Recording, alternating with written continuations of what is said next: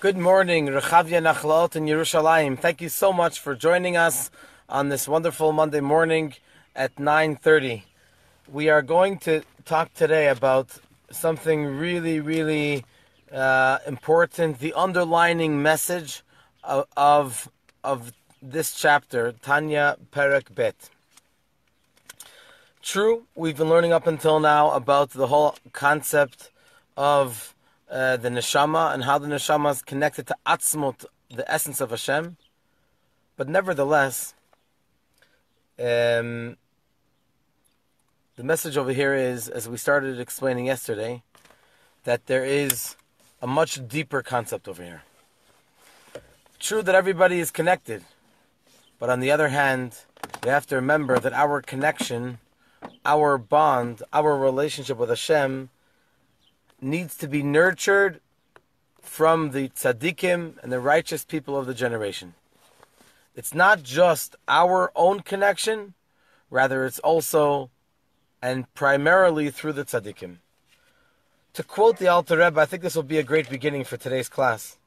To quote the Alter Rebbe, at the bottom of page 12 in the Tanya, he says as follows: Ki yinikat v'chayut nefesh ruach u'neshama shel amei haaretz hu mi nefesh ruach u'neshama shel hatzadikim ve'achachamim rashei bnei Yisrael shebedaram.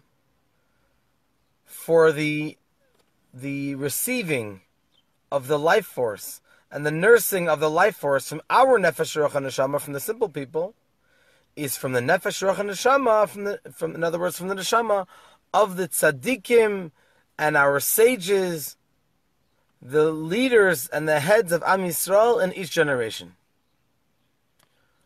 What does that mean? That our life force comes through the neshama of the tzadikim of every generation.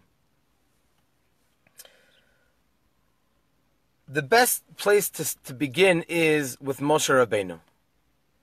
Moshe Rabbeinu was a great tzaddik. And we learn about how he became introduced to Am Yisrael at the age of 80. And he comes, HaShem tells him, you are going to be the leader of Am Yisrael. And he says, me? Who am I?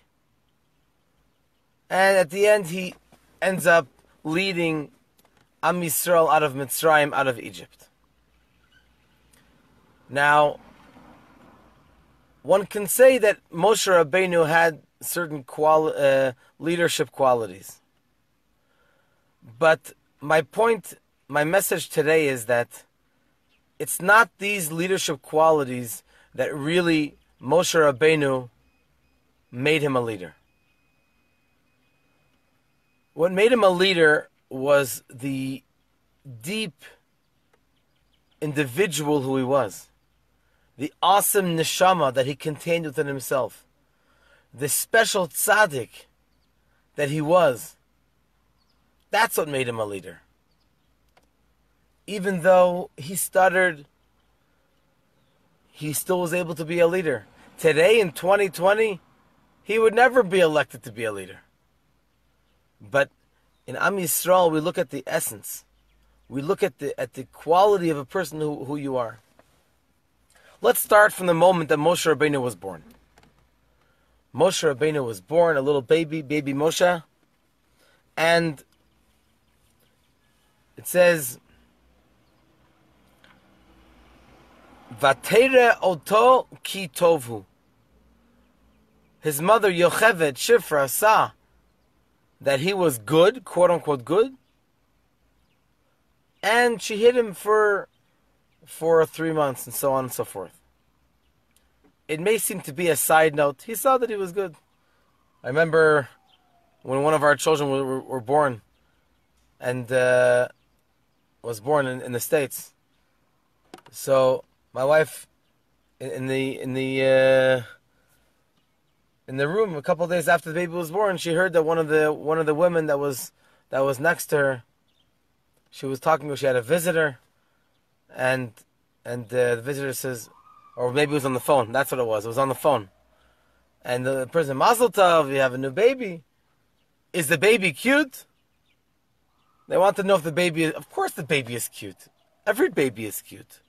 Vateira oto ki tovu. She saw that he was good. What does it mean that he's good? What does it mean that this baby, Moshe, was good? The Torah doesn't just waste any words. Doesn't waste any letters. What does it mean that Yocheved saw ki tovu? And Rashi has that obvious question. And Rashi answers from Chazal, Nitmale habayit kulo ora. The entire house became filled with light. Tov is light. In fact, one of Moshe's names was Tuvia. Tuvia means the good of HaShem. It's exactly who he was. Now what is this light? Some fluorescent light that was deep down inside of him? No, it was not a physical light. It was an inner pnimiyut, an innermost light which shone from deeply within. You can have a smile, you can have someone all happy and jolly, or you can have someone that's in an inner way, in a pnimius way, is really happy. There are some people that wherever you go, you hear them joking around and saying corny jokes. Not always, but often, the person deep down is sad. It's almost like a band-aid. It's almost like covering over, like a mask. It's almost like a mask covering over what the person's going through. The person isn't really deeply happy. They're just making corny jokes and ki'ilu. In Hebrew we say ki'ilu, or in English we say like. It's almost like the person is happy and jolly, but not really deep down. Moshe Rabbeinu, Vateira oto ki tovu. That Moshe Rabbeinu was good. There was this inner light, the moment that Moshe was born, that lit up the entire home. It wasn't the question whether or not this child was a tzaddik. This child definitely was born with such a deep neshama, such a holy, bright neshama, that there was no question that this kid has a major task ahead. They weren't sure exactly what it was, but one thing they did know, Vateira oto ki tovu. That's why Moshe was born circumcised, because his great level of neshama even had an impact on his body. The fact that a body is not circumcised, and when the boy is 8 days old and needs to be circumcised, that is part of tikkun olam. That's part of fixing the world. The body is not perfect, and us, through our avodat HaShem, we perfect the world. We perfect ourselves. We perfect our surroundings. But Moshe Rabbeinu, it was almost like a package deal. He didn't only get a holy neshama. He also got a holy body. Every neshama is holy. Every Jewish body is holy. But when you're talking about Moshe Rabbeinu, wow, that's powerful. Moshe Rabbeinu is holy through and through. There's nothing that can conceal Moshe Rabbeinu's light. As the Torah says at the end of Parshat Mishpatim, just after the Torah talks about the Naaseh v'Nishma, which really happened before Matan Torah, which is Parshat Yitro, but it talks about it after Shvi and Parshat Mishpatim. Maybe it's in Parshat Kitisa. Ki karan or pnei Moshe. Moshe Rabbeinu's face was radiant. Well, that's very similar to how Moshe's face was when he was born. As the phrase goes in Yiddish, a Rebbe is a geborene, nicht a geworene. It's a play on words. I think Yiddish is such a rich language, such a beautiful language. A Rebbe, a leader, is a gebarana. He's born, similar to the English word born. He doesn't. Gevarana means becomes. He's nicht a gevarana. He doesn't become a Rebbe. A Rebbe is a born Rebbe. Either you have it or you don't. It's not offensive if you say, this person doesn't have the qualities of being a Rebbe. It's either you have it or you don't. You didn't do it. He didn't do anything to deserve it. He just received this tremendous, awesome blessing from HaShem that he is able to be this special quality. Like it says in the Zohar, that every Moshe has the itpashtuta, has the spreading of Moshe in every single generation. Every single Moshe, every single generation has a Moshe. Every single generation has a leader.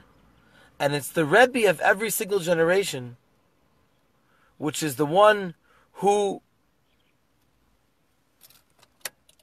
emulates, personifies this tremendous quality of being a Moshe. And so, when Moshe passed away, then his neshama, this special neshama, became enclosed into his prized student, Yoshua, and he became the next Moshe. And so too, in every generation, you have this individual who he is the Moshe. And therefore, because of this, what the Alter Rebbe talks about in this chapter, true is general about our sages and many Talmidei Chachamim. But if we're going to zero in onto who is the prize, who is this individual who has this special quality, that's the Rebbe of every single generation. And that's something which is unparalleled. Now, true that Yitro himself said, you got to have smaller leaders, larger leaders, leaders of groups of 10, leaders of groups of 50, leaders of groups of 100, leaders of groups of 1,000. But then you have the Moshe. There's only one Moshe. You can have different... It's true, Moshe can't do everything. He's just a human being. That's why Yisro said, please delegate a little bit. Don't take everything onto yourself. That's true. But at the same time, there's only one Moshe. And that is the zchut, to be able to have a direct connection to Moshe. And everyone, even if you have a smaller leader, you also recognize the Moshe. Because that's the Moshe. He is your connection. He is my connection. In addition to the connection that we have on our own, Moshe is the one who gives us the main bond, the main connection with HaKadosh Baruch Hu, with Ribono Shel Olam. The question is, do we know it? Are we aware of it? Or do we suffice with the Sarei Asarot, leaders of 10, or Sarei Chamishim, or Sarei Meot, or Sarei Alafim? Either way you cut the cake, you have to remember that there's a Moshe. And no one can stand up against Moshe. And even if someone does, as we learned yesterday in the text, he still gets his life forced through Moshe. Because Moshe is that neshama, that special neshama, which is the leader of the generation. He is the one who is the Rosh Bnei Israel, as we spoke in at great length last week. The Rosh Bnei Israel, the head, the leader, which has within inside the head the organism of the entire body. Moshe Rabbeinu is the one who controls everything. And if he controls everything, then we can rest assured that he will give us, he will serve us ne'eman, like the Zohar says, Raya Mehemna, a shepherd who is trustworthy. And he will bring us the emunah on HaShem that we need to have. So this is the Moshe, this is the individual of every single generation which feeds Urei Emunah. He feeds his sheep, us, his flock, with Emunat HaShem. We need him. We need the Moshe. Because we need to have a personality here in this world who is as close to Hashem as possible in a revealed way. Not just everybody has a neshama, that's wonderful. Don't get me wrong, it's wonderful, it's precious. But we're all simple people. We're all regular, materialistic human beings of flesh and blood. So, by virtue of that terminology, we cannot have an ultimate connection with Hashem without our Moshe, without our leader. And therefore, this is such an important chapter in Tanya. The Alter Rebbe is explaining to us how, in other words, of course, how important it is to have a Rebbe. We have to have a Rebbe. We cannot do it alone. Even someone who denies that he needs a Rebbe, he also has a Rebbe. And this is the great zechut that we have in our generation, that we have our Rebbe. And thank Hashem 100 million times that we have videos of the Rebbe. And we have hundreds of hours of sichot, of talks of the Rebbe. And dollars of the Rebbe. And over 200 books of books of the Rebbe's inspiration, and the Rebbe's ma'amarim, and the Rebbe's instructions, and the Rebbe's letters. Wow! Ashreinu matov chelkenu. How fortunate we are. Unfortunately, in 1 month, we're going to mark the Rebbe's yahrzeit. Today is Bet Sivan. Tonight is going to be Gimel Sivan. And in 1994 was the Rebbe's passing. 26 years. Who could believe, who could imagine that we could survive 26 years like this? But I think this is the greatest proof of all. You know, we have the shluchim. There are triple or quadruple the amount of shluchim that there were by the Rebbe's passing. There are many beautiful signs that the Rebbe continues to inspire us. The fact itself that everyone from A to Z predicted that Chabad is going to crumble a short time after Gimel Tammuz. And today, Chabad is bigger than ever. Whether you look at the shluchim, over 5,000 couples, Baruch Hashem, Kein Yirbu, in everywhere in the world, and literally keeping Yiddishkeit alive. Or whether we talk about the Chabad Chasidus, and you just have to come to Binyanei HaUmah on Yutet Kislev, and to see tens of, last few years, about 75,000 people over the course of a few days coming to buy Chassidus, listening books of Chassidus, listening to Farbrengens. Wow, this is unbelievable. This is unprecedented. This is truly, this is not a human power. This is not something which is natural. This is something which is supernatural. Lamala miderech hateva. Why do I say unfortunately? I say unfortunately because it hurts that this is the relationship between a chassid and the Rebbe, or any Jew and the Rebbe, or any human being for that matter. As you can see in the hours and hours of videos of the Rebbe, that all colors of Judaism and all even people that were not Jewish would come to the Rebbe, and even today go to the Rebbe's ohel. It's unfortunate that the relationship, it's painful, that this relationship is a relationship that we cannot have a face-to-face communication. Is that what it's meant to be? It's not what it's meant to be. It's meant to be a regular Rebbe and Chassid relationship. As we said, panim el panim, we talked about yesterday.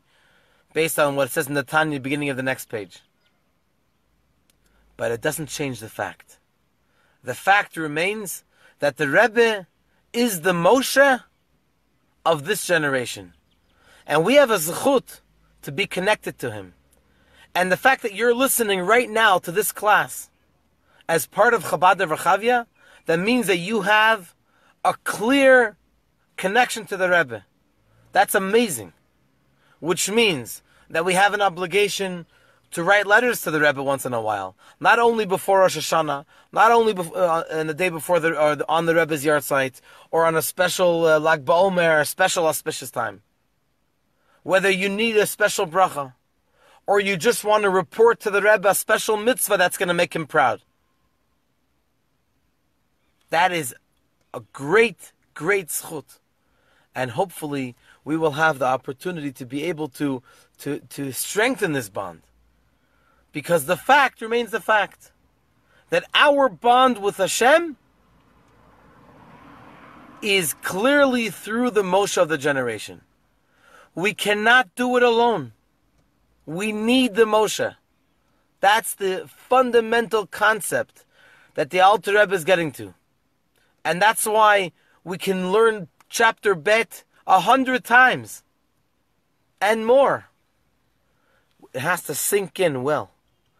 The more we learn about this concept, the more it becomes part of us. And the more we realize how important it is, and we share this beautiful concept with our friends.